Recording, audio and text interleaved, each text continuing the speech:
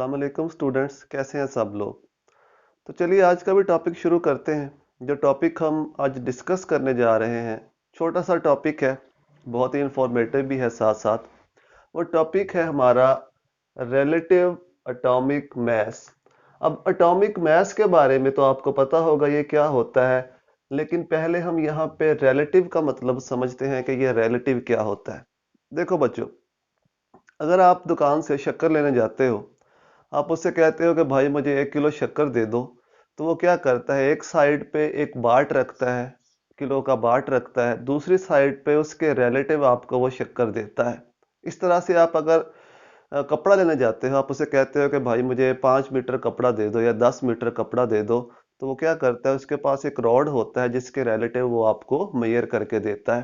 तो रिलेटिव का मतलब होता है जब हम किसी चीज को किसी स्टैंडर्ड के अगेंस्ट मेजर करते हैं तो फिर हम रिलेटिव की टर्म इस्तेमाल करते हैं।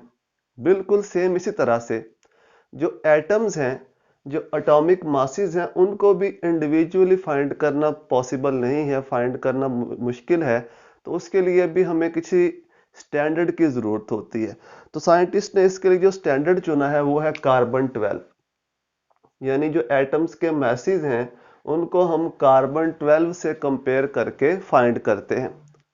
तो आइए जरा फ्लैशबैक में चलते हैं, हिस्ट्री में चलते हैं, देखते हैं ये कार्बन 12 तक का सफर जो है ये कैसा रहा। तो बच्चों, सबसे पहले जो एटॉमिक मैसेज का कंसेप्ट आया, ये जॉन डाल्टन की एटॉमिक थ्योरी से आया। उससे पहले इसका कोई कंसेप्ट नहीं था।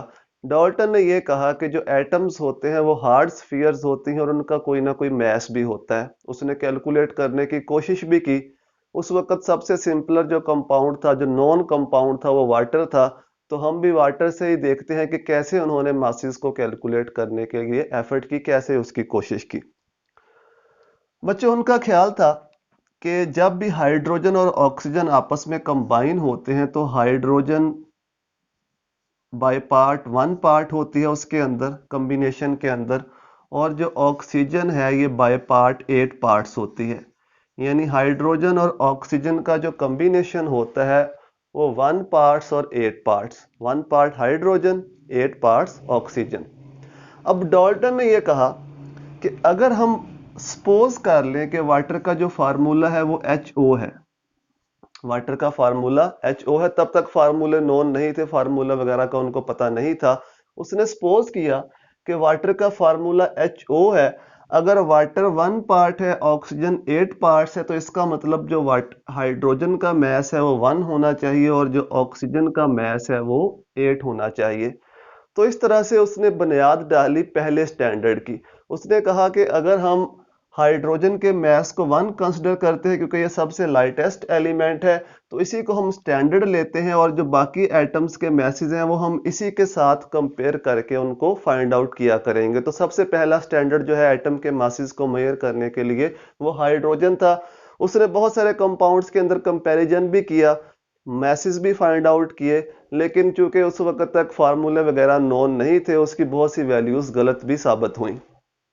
तो इस तरह से एक जो है वो उसने मेथड बता दिया कि जो एटम्स हैं वो मैसेज रखते हैं और उनके मैसेज को हम कैसे कैलकुलेट कर सकते हैं, कैसे फाइंड आउट कर सकते हैं। बाद में जब वाटर का एग्जैक्ट फार्मूला पता चला H2O, तो यहाँ पे आप देखें हाइड्रोजन जो है ये 2 पार्ट्स है।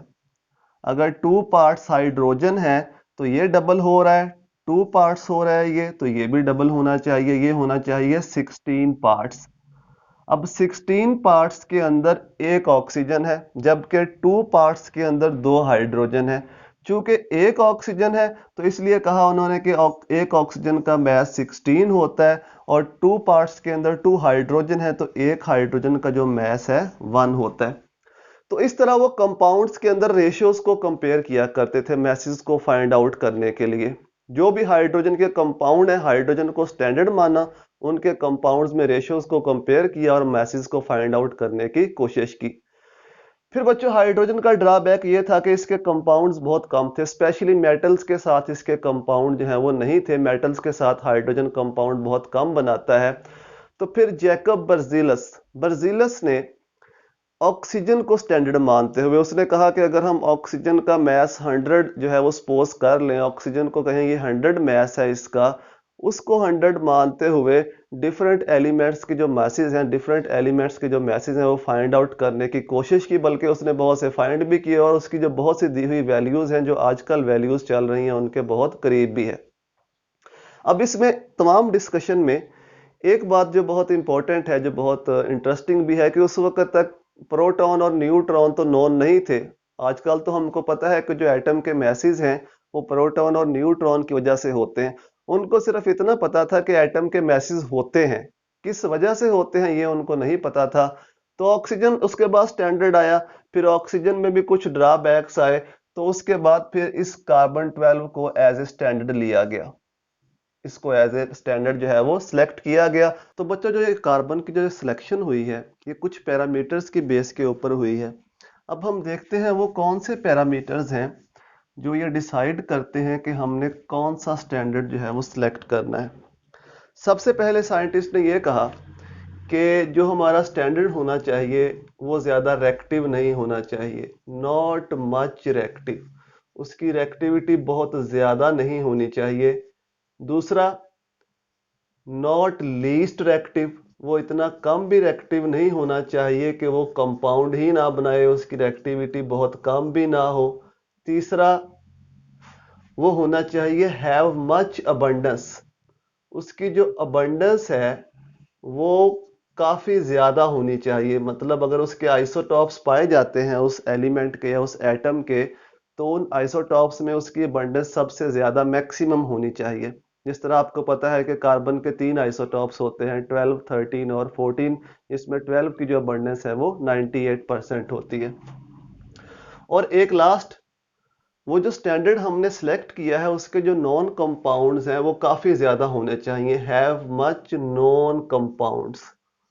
जो नॉन कंपाउंड्स हैं वो काफी ज्यादा तादाद में होने चाहिए। कंपाउंड्स होंगे तो ही हम कंपेयर कर सकेंगे ना, अगर कंपाउंड ही नहीं होंगे उस एलिमेंट के या उस स्टैंडर्ड के तो कंपैरिजन कैसे होगा। तो ये 4 पैरामीटर्स थे जिनकी बेस के ऊपर कार्बन 12 को सिलेक्ट किया गया। 1919 तक जो कंपैरिजन था वो ऐसे फॉर्मुलेशन के जरिए करते थे। उसके बाद आस्टन और डेम्स्टर ने अपने मास स्पेक्ट्रोमीटर्स को इंट्रोड्यूस करवाया।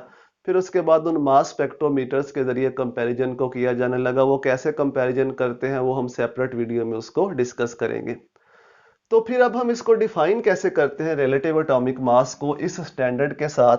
हम कहते हैं मास ऑफ एन एटम, किसी भी एटम का mass, mass of an atom of an element, यानी किसी भी एलिमेंट के एटम का मास एज कंपेयर्ड, जिसको हम कंपेयर करते हैं, कंपैरिजन करते हैं टू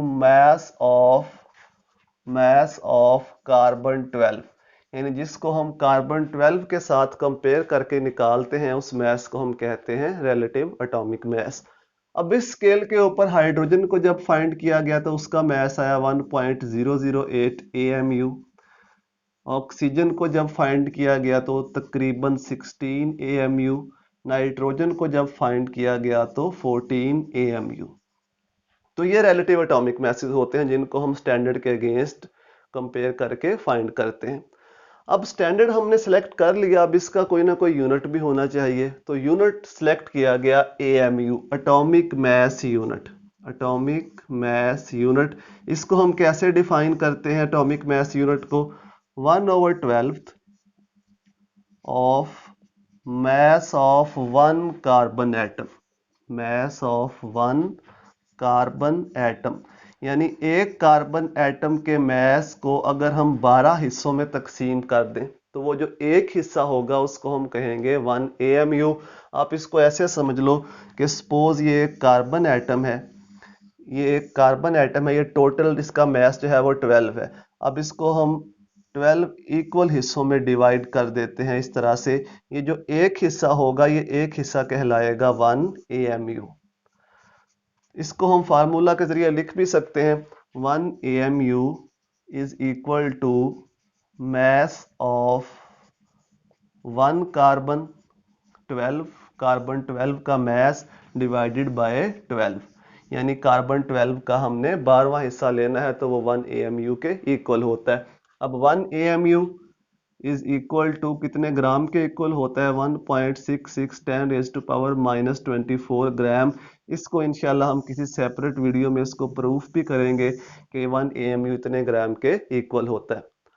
तो बच्चों यही था कंसेप्ट रिलेटिव एटॉमिक मास का, उसकी कुछ हिस्ट्री मैंने आपको बताई, रिलेटिव एटॉमिक मास के यूनिट बताए। अगर वीडियो आपको पसंद आती है तो दोस्तों के साथ शेयर करें, उनको भी बताएं। दुआओं में याद रखिएगा। अल्लाह हाफिज़।